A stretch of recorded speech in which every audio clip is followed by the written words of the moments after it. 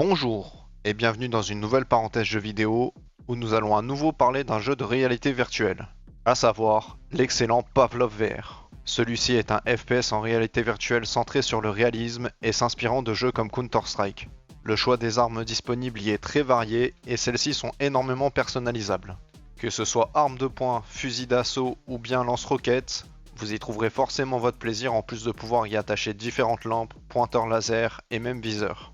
En plus de ça, la manipulation des armes est très réussie et très réaliste. Par exemple, remplacer votre chargeur ne suffira pas toujours. En effet, s'il n'y a pas de balle dans la chambre de votre arme, il faudra aussi l'armer. Et c'est vraiment là que selon moi, on atteint la force majeure de Pavlov VR. Vous allez très vite devenir un expert en manipulation d'armes, et lorsque vous arriverez à faire des rechargements rapides et efficaces, vous ressentirez une immense satisfaction en plus d'obtenir un avantage certain sur vos adversaires.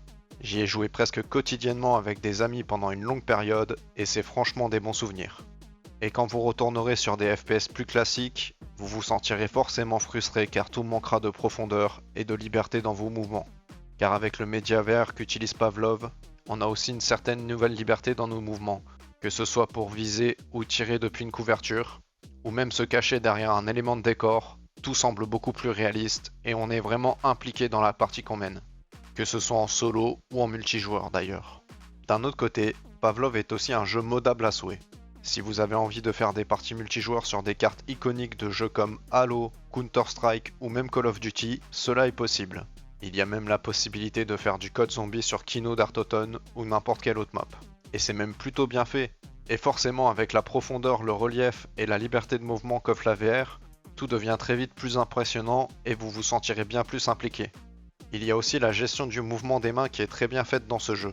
On peut mettre ses doigts dans tout un tas de positions différentes, allant jusqu'au signe de métal, voire au doigt d'honneur. Ça ne paraît pas grand chose comme ça, mais pour le côté social d'un jeu très orienté multijoueur, c'est franchement rigolo.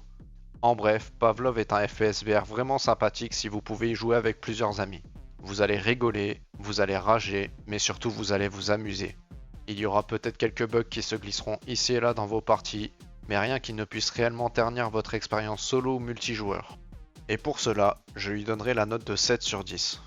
Et vous, avez-vous déjà joué à ce jeu ou avez-vous envie de l'essayer? Dites-le moi en commentaire.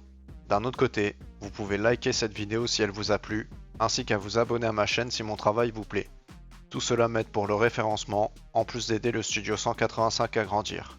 Et comme d'habitude, on se retrouve mardi prochain pour une nouvelle parenthèse jeux vidéo, et dès demain pour plus de contenu. Bonne soirée à vous et à très bientôt.